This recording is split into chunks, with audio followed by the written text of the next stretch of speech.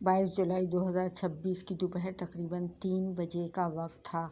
एक जगह है जिसे दीवानगना कहते हैं, ये चित्रकूट में है। यहाँ के जंगलात हैं, घने जंगलात, पहाड़ी है। पहाड़ी पर तकरीबन 17 साल का एक लड़का होता है। इसी के साथ 20 साल की एक लड़की भी वहाँ बैठी हुई थी। दोनों पहाड़ी पर बैठे हुए हैं, एक दूसरे की तस्वीरें खींच रहे थे, एक दूसरे की रील बना रहे थे। कभी गानों पर लिप सिंक कर रहे हैं तो कभी एक्टिंग कर रहे हैं। एक दूसरे के साथ वो बहुत शानदार वक्त गुजार रहे थे। फिर वो नहीं जानते थे कि इनके साथ क्या होने वाला है। अचानक वहाँ 3 अफराद आते हैं और जैसे ही 3 अफराद आते हैं, उन्होंने इस लड़की और लड़के को डांटते हुए, झिड़कते हुए पूछा कि बग़ैर इजाज़त के तुम लोग यहाँ क्यों बैठे हो? तुम्हारा नाम क्या है? जैसे ही लड़के ने अपना नाम बताया, लड़की ने अपना नाम बताया। इसके बाद करीब जाते हैं। करीब जाने के बाद उन्हें डांटने लगते हैं कि हम लोग जंगल के अफसर हैं, तुम्हें पता नहीं है, बग़ैर इजाज़त के यहाँ कोई आ नहीं सकता। जैसे ही इस लड़के ने कहा कि मैं साहब यहाँ से जा रहा हूँ, अपने जो दोस्त हैं इसे लेकर जाने की बात जब करता है तो लड़के के गाल पर एक थप्पड़ पड़ जाता है। जब थप्पड़ पड़ता है तो अपने गाल को पकड़कर वहाँ आराम से खड़ा हो जाता है। इससे कहा जाता है कि कोई भी होशियारी दिखाने की कोशिश की तो ठीक नहीं होगा। इस लड़के को पकड़ा जाता है, खींचकर दूसरी जगह ले जाया जाता है, इसके हाथ और पाँव बांधकर इसे डाल दिया जाता है। और जैसे ही लड़के ने मुखालफत करने की कोशिश की तो इसे फिर बेल्टों से पीटा भी जाता है। लड़का रो रहा था, गिड़गिड़ा रहा था। इसी दौरान इस लड़की ने भी रोकने की कोशिश की तो फ़ौरन ही वो लड़की के पास जाते हैं। लड़की से कहते हैं कि ज़रा सी भी होशियारी दिखाने की कोशिश मत करना। अगर होशियारी दिखाने की कोशिश की या चिल्लाने की कोशिश की तो तुम्हें पहाड़ी से धक्का दे दिया जाएगा। लेकिन इन तीनों के कानों पर इस बात का कोई भी असर नहीं पड़ रहा था। ये सच्ची कहानी है उत्तर प्रदेश के चित्रकूट की। दरअसल चित्रकूट में ही एक रामघाट थाना इलाका है। यहाँ का रहने वाला एक लड़का जो 9वीं जमात में पढ़ रहा है और मध्य प्रदेश के सतना एक ज़िला है, वहीं का नया गांव थाना इलाका है। नया गांव थाना इलाके की रहने वाली एक लड़की होती है जो 10वीं जमात की तालिबा होती है। लड़का 9वीं जमात में पढ़ रहा है, लड़की 10वीं में पढ़ रही है और दोनों की इंस्टाग्राम पर आईडी बनी हुई थी। और देखते ही देखते दोनों ने एक दूसरे से कब जान पहचान हो जाती है, कब एक दूसरे की रील सामने आ जाती है, पता ही नहीं चलता। वो एक दूसरे की रील लाइक करते हैं, कमेंट करते हैं। कमेंट करते करते तभी ये दोस्ती और थोड़ी गहरी होती चली जाती है। दोस्ती इतनी गहरी होती चली जाती है कि 2 साल हो जाते हैं दोस्ती को। और लेकिन हालांकि इनकी मुलाकात नहीं होती, लेकिन जैसे ही इस लड़की ने 10वीं का इम्तहान पास कर लेती है और जो लड़का होता है वो 9वीं से 10वीं में आ जाता है, तो लड़की तो राजस्थान के कोटा में चली जाती है नेट की तैयारी करने के लिए, क्योंकि अपने वालिद से कहती है कि वालिद साहब मुझे डॉक्टर बनना है, मुझे नेट की तैयारी करनी है। कि वालिद कहते हैं कि बेटा परेशान क्यों होती हो, मैं तुम्हें नेट की तैयारी करवाने के लिए मैं खुद कोटा जाऊंगा। वालिद भी बेटी के साथ ही वहीं रह रहे थे। इधर जो लड़का होता है, लड़के ने 11वीं जमात में दाखिला ले लिया था। दोनों की बातचीत का सिलसिला लगातार चलता रहता है, आराम से बातचीत करते हैं। लड़की की ख्वाहिश थी कि कोई जो लड़का जिस इलाके में रहता है वहाँ बड़े खूबसूरत जंगलात हैं, वहाँ पहाड़ियाँ हैं, तो लड़की की ख्वाहिश थी कि मैं तुम्हारे इलाके में आऊँगी, मुझे भी तुम्हारी तरह रील बनानी है, तुम्हारी तरह तस्वीरें खींचनी है इस इलाके की, मुझे भी वैसी ही तस्वीरें खींचनी है। और ये तारीख़ आती है 22 जुलाई 2026 दोपहर के तकरीबन 1 बजे के आसपास का वक्त हो रहा था। जो लड़की होती है अपने ख़ानदान से कहकर आती है कि मैं अपने दोस्त से मिलने जा रही हूँ, शाम तक वापस आ जाऊँगी, तुम बिल्कुल परेशान मत होना। लड़की राजस्थान के कोटे से छुट्टी लेकर अपने घर वालों के पास आई थी और सोचा कि दोस्त से भी मुलाकात कर लें। ये जैसे 1 बजे के आसपास चित्रकूट के राम घाट इलाके में पहुंचती है। वहां पर जो इसका दोस्त होता है, जिसकी उम्र तकरीबन 17 साल के आसपास होती है, लड़की की उम्र तकरीबन 20 साल के आसपास है। लड़के ने बाइक उठाई। बाइक उठाने के बाद सीधा एयरपोर्ट के जो पीछे एक इलाका है, एक जगह है दीवानगना घाटी, और ये दीवानगना घाटी में बहुत खूबसूरत एक तरह से जंगलात हैं, तो वहाँ का अलग ही खूबसूरत नज़ारा है। दोस्त जो होता है लड़का 17 साल का, अपनी महबूबा को लेकर सीधा इसी जगह पहुँच जाता है दीवानगना की घाटी में। वहाँ जाने के बाद वो बाइक को दूर खड़ी कर देते हैं। खड़ी करने के बाद सीधा पहाड़ी पर